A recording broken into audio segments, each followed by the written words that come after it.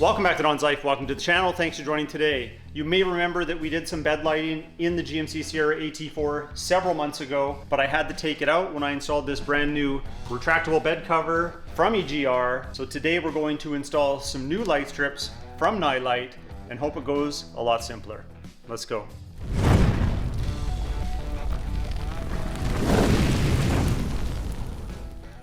Now I said I hope this goes a lot simpler than the last time. Let me explain.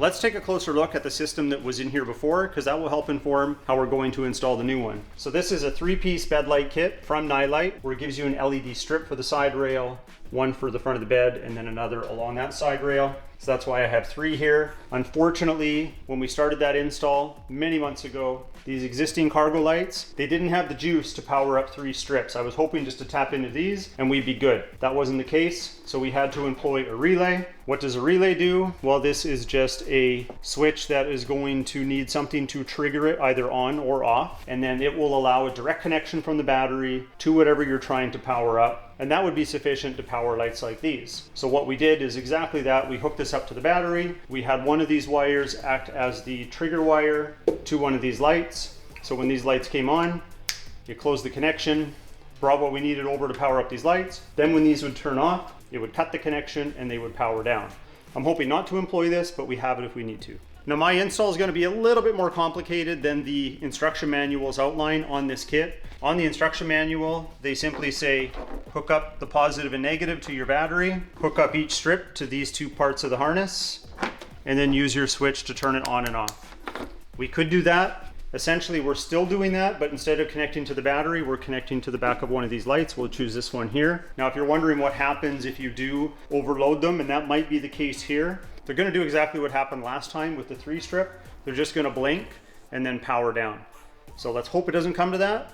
Otherwise, we'll have to install that relay, like I said. So let's start with running the strips along the rails. I think they're a little longer than the exposed area, so they're probably going to tuck underneath to the sides of the canister that come with this roll track. That's okay, shouldn't be a problem. But I am going to have to put the harness probably up in this area here, because the first strip is as long as the side rail, but then the wiring for it will only take it across to this corner approximately. So our harness has to be kind of in that area right there. So I'll have you take a look under here. Ideally, it would be nice if we could just run the strip in this channel here. But the problem is I have these bolts in the way, and the washer would end up being underneath some of the adhesive. So I don't really want to do that, because if I ever have to take this off or move it around, plus I'm getting an accessory that goes on here and I might want to make some adjustments, I don't want to have to take the lighting off. So instead we're going to use this rail here. And I think starting there is okay because we have these cargo lights already, so a little bit of light not in this area is fine. It's going to start here, and it's going to go all the way, actually a little further, and pretty much get right to the back corner. So I'll have some light coming out of the sides here, and I think that'll be okay. But for your install, you might not have this set up. You can keep it under the bed rails like my original video and go right to the ends. Just going to clean this with some alcohol.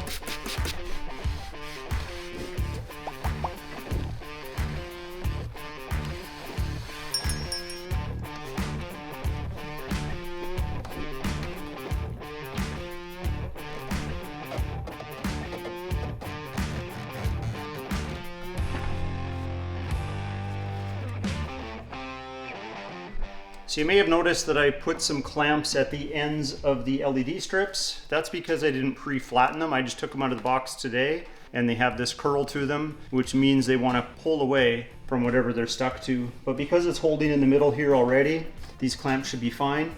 They do send you though some self-tapping screws and some plastic brackets that you can choose where you might want to drill and then secure the strips. But I am putting all my faith in the adhesive gods.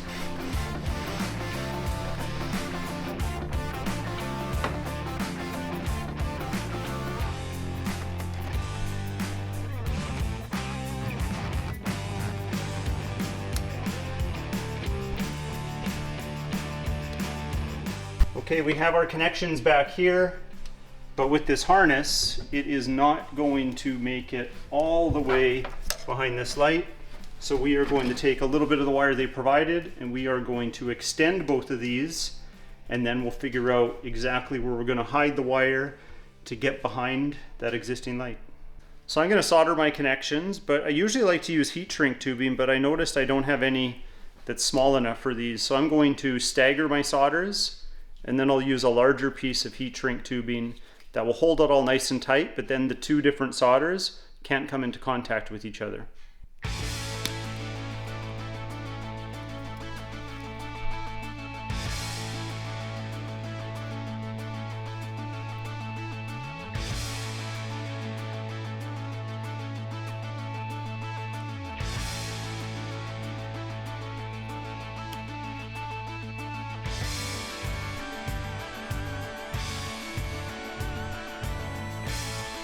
All right, this is soldered up to my satisfaction. Let's take off the taillight with our T15 Torx screwdriver. Give it a little pull. I'm not going to actually unhook it. I'm going to grab a rag so I don't scratch my wrap. And I am just going to tuck this in here, because I only need access to the back of this plug right here. The blue is the positive, and the black or brown, black it looks like, is the negative. So these were exposed once before. They already have solder joints. We're just going to figure out where our wire is going to go, and then we're going to connect it to both of those and try this out. So we found a spot for the wire to go in right behind my tailgate seal kit, and it just happens to come out right up there between the sheet metal.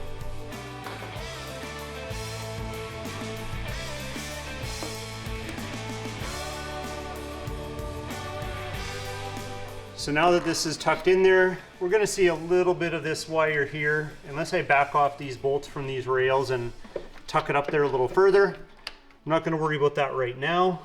It is what it is, but I am going to cable tie this wiring up in behind this rail so it's out of sight, out of mind, including the switch, which I will leave kind of showing if I was to reach up with my hand under there so I can turn it on and off, but I don't really need it exposed because we're using these to turn it on and off.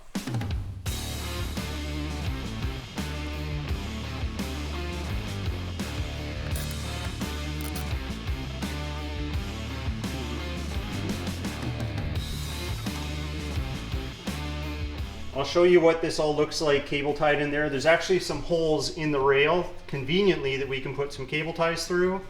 And then there's a little drain tube or something from the original bed caps that I cable tied as well to add a little tension. So I completely forgot, but then I completely remembered. There is a grommet in behind this handle right here. Behind the mount, there's a little grommet there. So I refished the wire through that grommet by poking a little hole into it, and then it comes through the bottom of the box rail through this little compartment that's there, and it has a hole in the bottom. So I was able to run the wire through that hole. Now I just have to splice this into the wires for this LED here, and then we should be able to put the tail light back on and then pray everything works.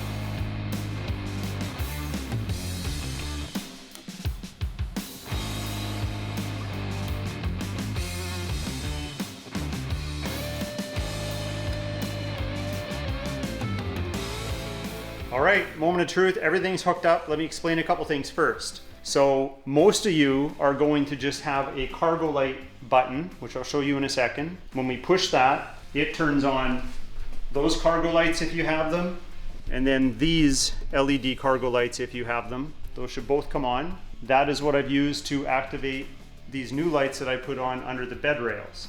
So when I push that button, all of these should illuminate. Let me show you what that button looks like. That's this button right here. Looks like a squid shooting off the back of the truck. So if you hear people call it the squid, that is what they are probably talking about.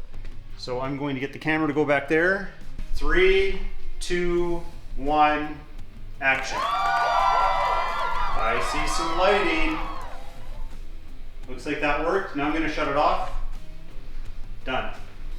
Now our second test is with the key fob. Now remember, I have the all cargo light mod, which means that when I hit unlock on the vehicle, it activates all of the rear facing lighting, including the steps, the backup lights, and all the cargo lights, which would now include our bed lights.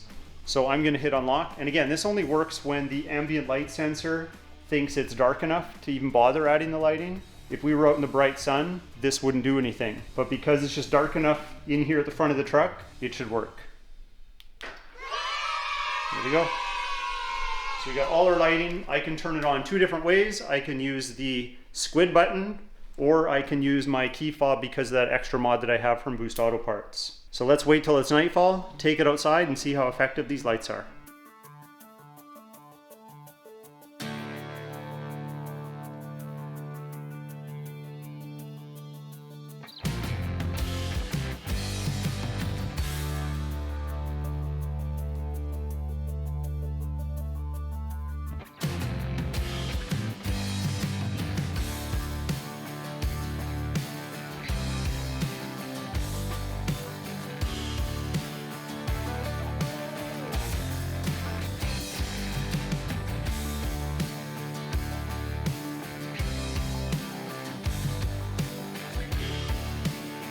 Well, there you go. We got some bed lighting. I think it worked out pretty well. Nightlight is the brand that these ones happen to be. So definitely go online and check them out. I'll leave a link in the video description below. This is definitely an affordable product. This is one of those, you got nothing better to do on a Sunday afternoon. Why not install a quick mod in the truck and get some lighting gains? So if you like today's video, hit that like button. Please consider subscribing. We'll talk to you next time.